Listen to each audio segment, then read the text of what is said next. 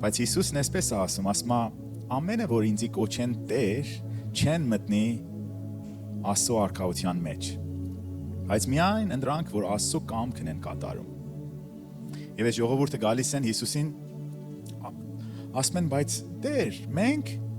մարգարեացել ենք քո անունով։ Մենք դևեր ենք դուրս վռնդել եւ տարբեր հրաշքներ ենք արել։ Բայց Հիսուսն ինչ է իրանց ասելու։ Ես ձեզ չեմ ճանաչում, անօրինության գործողներ։ Եվ շատ զարմանալի է սի scripture-ը, որ այստեղ հասկանում ենք, որ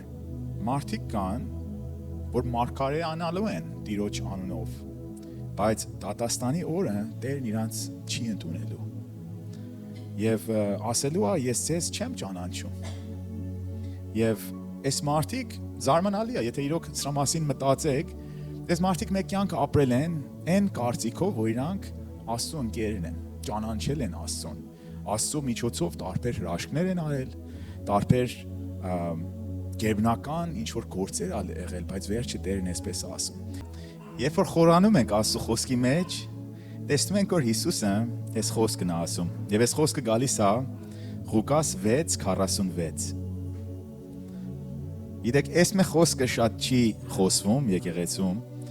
եւ Հիսուսն էսպես է ասում։ Ասում է, ինչու եք ինձ կոչում Տեր, Տեր, բայց չեք անում իմ ասածը։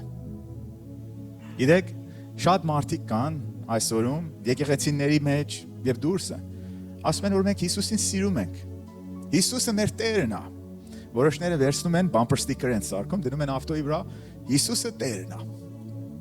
Բայց Հիսուսը այս մեկերին էսպես ասում, ինչի եք ինձ կոչում Տեր, բայց իմ ասածը չեք անում։ Եվ դրա շարունակությունը Հիսուսը այդ հայտնի առակն է տալի, որ ով որ ինձի լսում է եւ կատարում է իմ ասածը, նմանվում է այն մարդուն, որ իր տունը ժայռի վրա է կառուցում։ Եվ մեր ժայռն ով է, Հիսուսն է եւ իր խոսքն է։ Այո։